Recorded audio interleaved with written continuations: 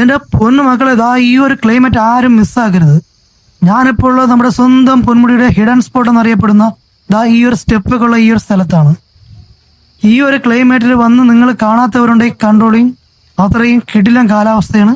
ചെറിയൊരു മഴയും നല്ല കിടിലം മഞ്ഞും. മഞ്ഞൊക്കെ എന്ന് വെച്ചാൽ നല്ല കിടിലം മഞ്ഞാണ് മക്കളെ.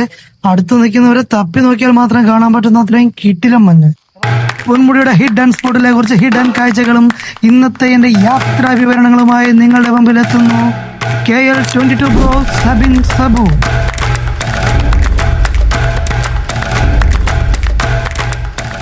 ഹേ ഗൈസ്, നിങ്ങളൊരു ബഡ്ജറ്റ് ഫ്രണ്ട്ലി ട്രിപ്പാണ് ഉദ്ദേശിക്കുന്നതെങ്കിൽ വെറും 500 രൂപ കയ്യിലുണ്ടെങ്കിൽ ഈ ഒരു ക്ലൈമറ്റിൽ സുഖമായിട്ട് പോയിട്ട് വരാൻ പറ്റുന്ന ഒരു ബെസ്റ്റ് പ്ലേസ് ആണ് നമ്മുടെ തിരുവനന്തപുരത്തിന്റെ സ്വന്തം ഊട്ടിയെന്നോ കാശ്മീരെന്നോ കൊടൈക്കനാലെന്നൊക്കെ വിളിക്കാവുന്ന പൊന്മുടി.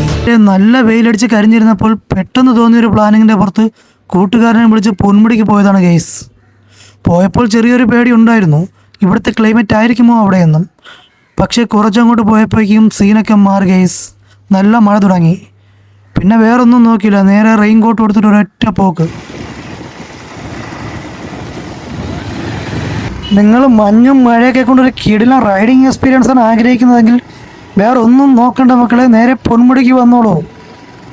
ഈ പൊന്മുടിക്ക് ഒരു പ്രത്യേകത ഉണ്ട് ഗൈസ്, എപ്പോൾ കാലാവസ്ഥ മാറുമെന്ന് ആർക്കും പറയാൻ പറ്റില്ല. അതുകൊണ്ട് ഈ കിട്ടിയ അവസരം പാഴാക്കാതെ നിങ്ങൾ ഫാമിലി ആയിട്ടോ ഫ്രണ്ട്സ് ആയിട്ടോ കപ്പിൾസ് ആയിട്ടൊക്കെ പോകാനുള്ളവർ പോയി എൻജോയ് ചെയ്യൂ ഗൈസ്. നല്ല മഴയും നല്ല തണുപ്പും ആയതുകൊണ്ട് തന്നെ ഇനി ഒരു ചായ കുടിച്ചിട്ടാകാമെന്ന് വിചാരിച്ചു ഗൈസ് അടുത്ത യാത്ര. അപ്പോൾ ഞാൻ പൊന്മുടിയിൽ വരുമ്പോൾ സ്ഥിരം ചായ കുടിക്കാൻ പോകുന്നൊരു കടയുണ്ട്. അതാണ് എൻ്റെ favourite tea spot in Ponmudi. ഞാനത് കാണിച്ചു തരാമേ. ഞാൻ ആ കടയിൽ നിന്ന് മാത്രം ചായ കുടിക്കാൻ ഒരു കാരണമുണ്ട് ഗൈസ്, അതെന്താണെന്ന് ഞാൻ കാണിച്ചു തരാം. അപ്പോൾ നമുക്ക് നേരെ അങ്ങോട്ട് പോവാം. ഇതാണ് കേട്ടോ ഞാൻ പറഞ്ഞ എൻ്റെ ഫേവറേറ്റ് ചായക്കട, എവറസ്റ്റ് തട്ടുകട. ഇത് മാത്രമല്ല കേട്ടോ, ഇവിടെ വേറെ ഒരുപാട് കടകളുണ്ട്. ഞാൻ ഈ ഇരിക്കുന്ന ഏതെങ്കിലും ഒരു കടയിൽ നിന്നായിരിക്കും മിക്കവാറും വരുമ്പോഴൊക്കെ ചായ കുടിക്കാറുള്ളത്. എല്ലായിടത്തെയും പോലെ ചൂട് ചായയും ചൂട് പഴംപൊരി ഇവിടെ കിട്ടുമെങ്കിലും പക്ഷെ ഇതാ ഈ ഒരു വ്യൂ ഇല്ലേ, അത് കിട്ടണമെങ്കിൽ ഇവിടെ തന്നെ വരണം ഗൈസ്. ഇവിടെ നിന്ന് ഇങ്ങനെ പൊന്മുടിയുടെ പ്രകൃതി മനോഹാരിതയും ആസ്വദിച്ചുകൊണ്ട് ഒരു ചൂട് കട്ടൻ കുടിക്കുമ്പോൾ കിട്ടുന്നൊരു ഫീലുണ്ട് ഗൈസ്.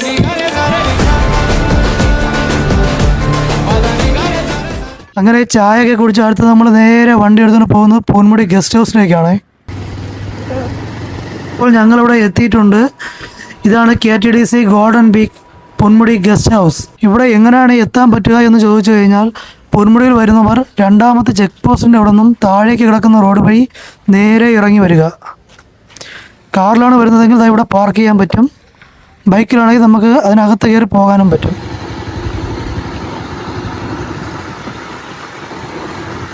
ഇതാണ് KTDCയുടെ കീഴിലുള്ള പൊന്മുടി ഗസ്റ്റ് ഹൗസ്.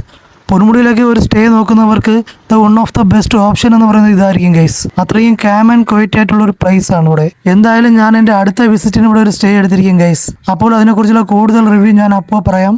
ഇപ്പോൾ ഇവിടെ ബുക്ക് ചെയ്യാൻ ആഗ്രഹിക്കുന്നവർക്ക് എങ്ങനെ ചെയ്യണമെന്നുള്ളതിനെ പറ്റിയൊക്കെയുള്ള ഡീറ്റെയിൽസ് ഞാൻ ഡിസ്ക്രിപ്ഷൻ ചെയ്തിട്ടുണ്ട്, നോക്കിക്കോളൂ. ഞാൻ ഇവിടെ നിന്ന് ഇവിടുത്തെ വ്യൂ ഒക്കെ ഇങ്ങനെ ആസ്വദിച്ച് ബൈക്കിൻ്റെ ചാവിയും കറക്കിക്കൊണ്ട് നിന്ന സമയത്ത് ചാവി താഴെ വീണുപോയി ഗൈസ്. പിന്നെ ഞാൻ ഇവിടെ ഉണ്ടായിരുന്ന സ്റ്റെയർ വഴി താഴെ ഇറങ്ങി എടുത്തപ്പോഴേ കണ്ട കാഴ്ചയാണ് ആകെ വിജനംപിച്ച് കിടക്കുന്ന ഒരു സ്ഥലം, ഉപയോഗശൂന്യമായൊരു കെട്ടിടവും. ഇവിടെയെങ്ങും ആരുമില്ല. ഞാൻ ജസ്റ്റ് ഒന്ന് നടന്നത് എന്താണെന്ന് നോക്കാൻ വേണ്ടി പോയപ്പോഴേക്കും ഈ കുരങ്ങ് എൻ്റെ നേരെ നടന്നു വരുന്നുണ്ട്. പിന്നെ ഞാൻ പയ്യെ അവിടെ നിന്ന് നൈസ് സ്കൂട്ടായി ഗൈസ്. ലവൻ ഊന്നിറങ്ങി പോകുന്നുണ്ട് ഗൈസ്. പോട്ടെ അവൻ പോയിട്ടാണ് എനിക്ക് അങ്ങോട്ട് പോകാൻ. അങ്ങനെ നമ്മൾ ഈ സ്റ്റെപ്പ് ഇറങ്ങി താഴോട്ട് ചെന്നപ്പോഴേക്കും വീണ്ടും അതേപോലത്തെ ഒരു കെട്ടിടം. ഇതെന്താ ജയിലാണോ? ഇതൊക്കെ ഇതാർക്കെങ്കിലുമൊക്കെ അറിയാമെങ്കിൽ ഒന്ന് പറഞ്ഞു തരും ഇത് എന്താണെന്ന്. ഇങ്ങനെ കുറേ ഉപയോഗശൂന്യമായ കെട്ടിടങ്ങൾ ഞാനിവിടെ കണ്ടു. ഇതൊക്കെ എന്തിനാണ് കെട്ടിയിട്ടിരിക്കുന്നത് യാതൊരു പിടുത്തവുമില്ല. അറിയാവുന്നവർ ഒന്ന് പറഞ്ഞു തരും. അങ്ങനെ നടന്ന് ഞാൻ താഴേക്ക് ഇറങ്ങി ചെന്നപ്പോഴേക്കും ഷെഫീർ അവിടെ കാര്യമായിട്ട് എന്തോ നോക്കിക്കൊണ്ട് നിൽക്കുന്നുണ്ട്. അതെന്താണെന്നറിയാൻ വേണ്ടി ചെന്ന് നോക്കിയപ്പോൾ അതൊരു ചെറിയ പാമ്പാണ് ഗൈസ്, ഒരു അണലിയുടെ കുഞ്ഞ്. ആശാൻ അവിടെ എന്തോ വിഴുങ്ങി അമങ്ങി ഇരിക്കുകയാണ്. അവിടെ നിന്ന് രണ്ടുപേര് പറയാനിരുന്നെങ്കിൽ ഞങ്ങൾ അതിലറിയാതെ ചവിട്ടിയനെ. എന്തോ ഭാഗ്യത്തിന് രക്ഷപ്പെട്ടു ഗൈസ്. അപ്പോൾ ഇതാണ് ഞാൻ നേരത്തെ പറഞ്ഞ ഹിഡൻ സ്പോട്ട്. ഇത് അത്ര ഹിഡനൊന്നുമല്ല കേട്ടോ, അറിയാവുന്നവർക്ക് ഹിഡനല്ല, എന്നെപ്പോലെ അറിഞ്ഞൂടാത്തവർക്ക് ഹിഡൻ. ഞാനൊരു 100 വട്ടം പൊന്മുടിയിൽ വന്നിട്ടുണ്ടെങ്കിലും ഈ ഒരു സ്പോട്ടിൽ വരുന്നത് ആദ്യമായിട്ടാണ്. അപ്പോൾ എന്നെ സംബന്ധിച്ചിടത്തോളം ഇതൊരു ഹിഡൻ സ്പോട്ടാണ് ഗൈസ്. ഞാൻ ദാ ഈ ഓടിച്ചാടി കയറുന്ന സ്റ്റെപ്പില്ലേ, ഇതാണ് നമ്മൾ റീൽസിലൊക്കെ കാണുന്ന ആ ഒരു സ്ഥലം. ഇത് കൂടാതെ താഴോട്ട് ഇറങ്ങി ചെല്ലുമ്പോഴേക്കും ഇവിടെ ചെറിയൊരു വെള്ളക്കെട്ടും അതിൽ ചെറിയൊരു വെള്ളച്ചാട്ടമൊക്കെ ഉണ്ട് ഗൈസ്. എന്തായാലും ഇവിടെ വന്നിരിക്കാൻ ഒരു നൈസ് ആംബിയൻസ് ആയിട്ടുള്ള സ്ഥലമാണ് ഗൈസ്. അപ്പോൾ നമുക്കിനി നേരെ പൊന്മുടിയിലോട്ട് പോകാം. ഇവിടെ ഈ ക്ലൈമറ്റ് ആണെങ്കിൽ പൊന്മുടിയിൽ ഏത് അവസ്ഥയായിരിക്കും എന്ന് പറയേണ്ട ആവശ്യമില്ലല്ലോ ഗൈസ്. ദേ കണ്ടില്ലേ ഗൈസ്, ഇതാണിപ്പോൾ പൊന്മുടിയിലെ അവസ്ഥ.